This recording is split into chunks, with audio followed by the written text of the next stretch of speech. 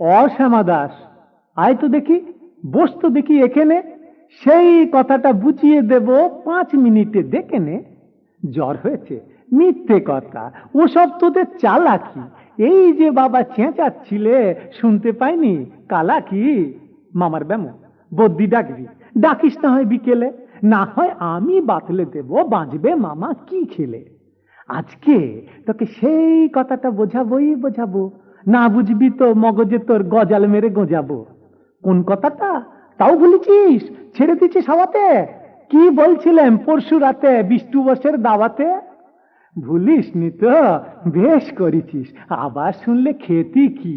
বড় যে তুই পালিয়ে বেড়াস, মারাস নে যে এদিকে। বলছি দাঁড়া, ব্যস্ত কেন? বস তাহলে নিচুতেই।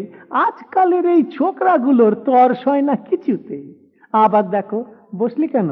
বইগুলো আর নামিয়ে, তুই থাকতে মুটের বোঝা বইতে যাব আমি? সাবধানে আন, ধরছি দাঁড়া। সেই আমাকেই ঘামালি। এই খেয়েছে? কোন আক্কেলে শব্দকোষটা নামালি? ঢের হয়েছে, আয় দেখি তুই, বস তো দেখি এদিকে। ওরে গোপাল, গোটা কয়েক পান দিতে বল খেদিকে। বলছিলাম কি, বস্তু পিণ্ড সূক্ষ্ম হতে স্থূলেতে, অর্থাৎ কিনা লাগছে ঠেলা পঞ্চভূতের মূলেতে। গোড়ায় তবে দেখতে হবে কোত্থেকে আর কি করে রস জমে এই প্রপঞ্চময় বিশ্বতরুর শিকড়ে।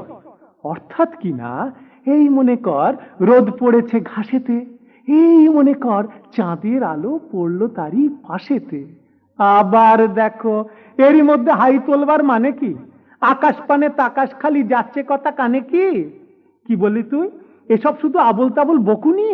বুঝতে হলে মগজে লাগে, বলেছিলুম তকুনি।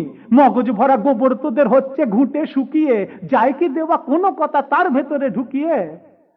অশ্যাম দাস, উঠলি কেন? কেবল যে চাস পালাতে, না শুনবি তো মিথ্যে সবাই আসিস কেন জ্বালাতে? তত্ত্ব কথা যায় না কানে, যতই মরি চেঁচিয়ে, ইচ্ছে করে ডান পিঠেদের কান মোলে দি পেঁচিয়ে।